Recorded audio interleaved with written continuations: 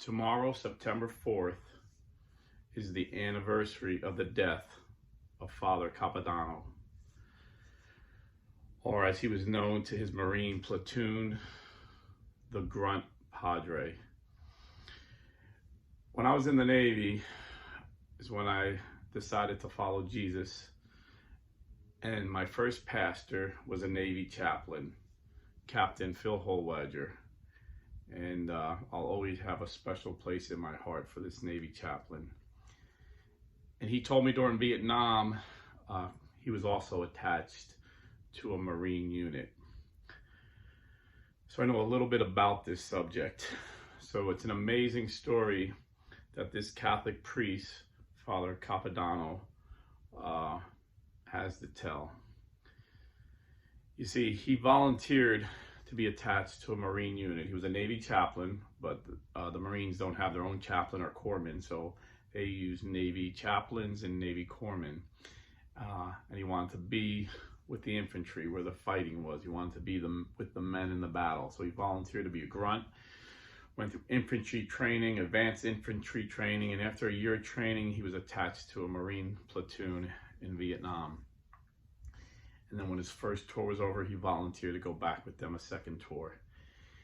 And his men, I read so much today, so many different men, I don't remember their names. One name stands out, Fred Smith, because he's the founder of FedEx. He was, I believe, a lieutenant in the Marine platoon that Father Capadona was attached to. And I just want to convey some of the stories about this great Catholic priest. They said normally the chaplains would stay in the rear, but Father Capadona was always in the front, always wanting to be where the fighting was, where the men were. They said that when they got on a helicopter to go into battle, Father Capadona would always hop on and be like, "Hey, you're not supposed to be here, Padre."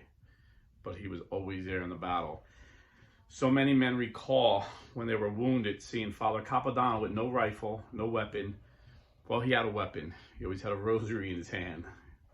Would run through the battle, through gunfire, at times being shot, literally being shot, and then go minister first aid and many times last rites to the Marines.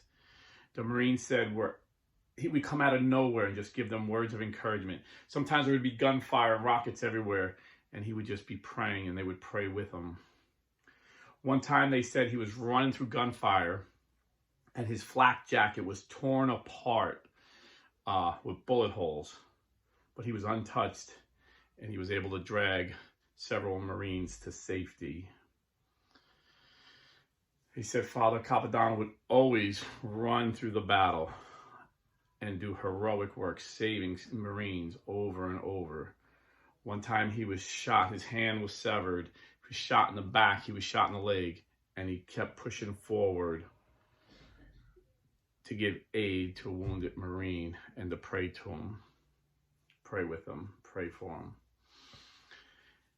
But then one fateful day, they said he was running to help a Marine, and they said they seen him just get shot up, and they said anybody else would have just been blown to pieces, you know, they would have been shredded, 27 bullet holes. But he made it to the man, and he fell, and in his hand he had a rosary. This young man could have been many of our sons, 38 years old. My son will be 38 this year. And he gave his life. He gave his life for these Marines. And he made such an impact that even though there was bullets flying around, all the Marines gathered his body and said, "No, we're not leaving the Grunt Padre behind." And they took him and made sure he had a proper military burial. And what an example, you know. These fathers represent Jesus. And what did Jesus do? Jesus came in the battle and gave his life for us. Father Capadona received the Medal of Honor, his family, posthumously, after he died. They gave his family the Medal of Honor. And the Catholic Church is considering him for sainthood. What a great example of a Catholic priest. What a great example of a man, a Catholic man, that we can all follow. remember Capadona tomorrow. Pray that he becomes a saint. I think he deserves to be a saint. A lot of Marines said they seen Capadona after that battle walking through, and they couldn't hear what he was saying, but he was praying for other Marines.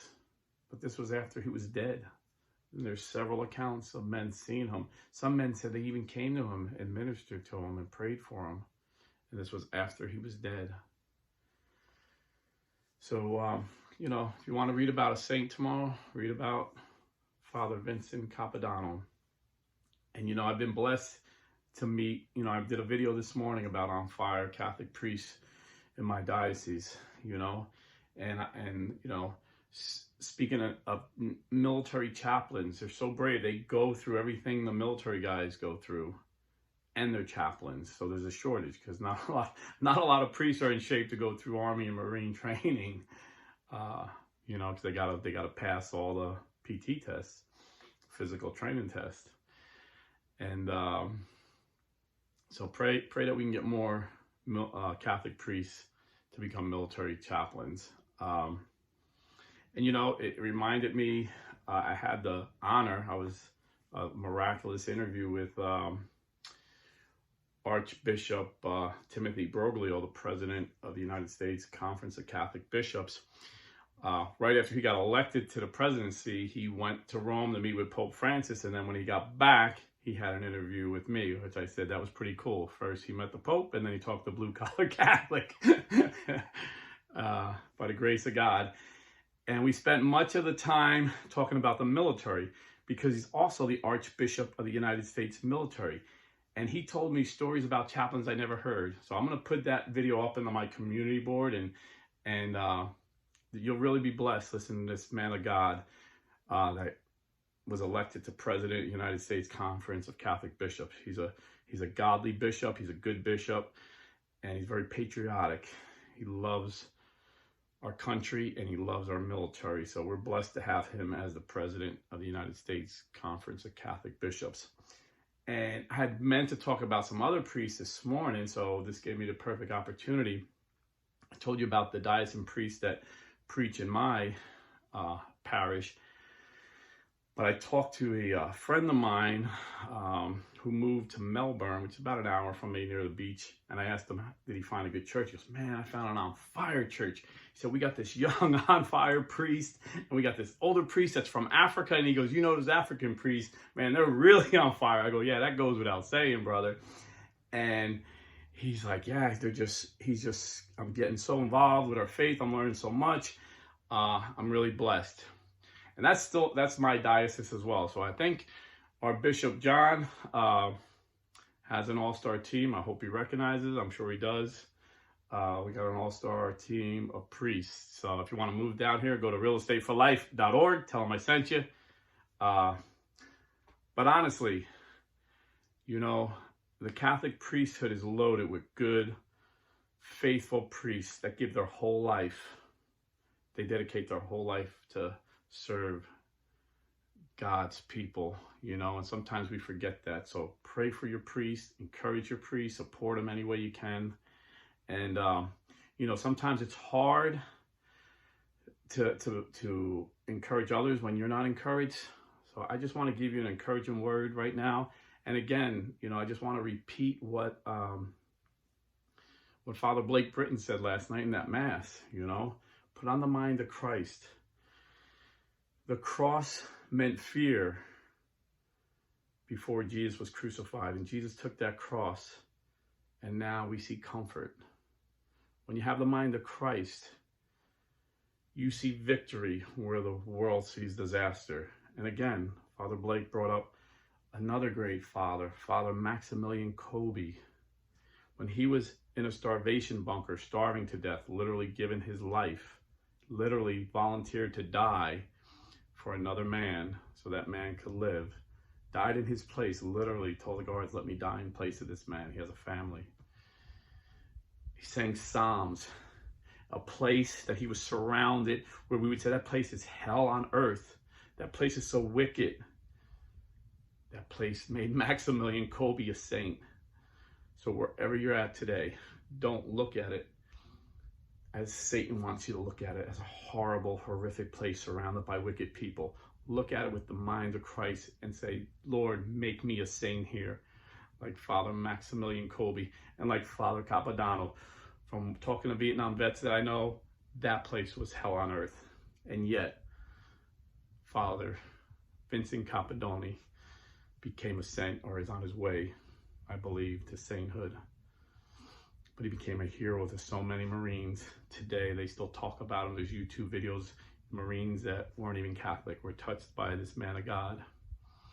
And they lovingly refer to him as the Grunt Padre. So God bless, stay Catholic, and pray for our priests and especially our chaplains in the military.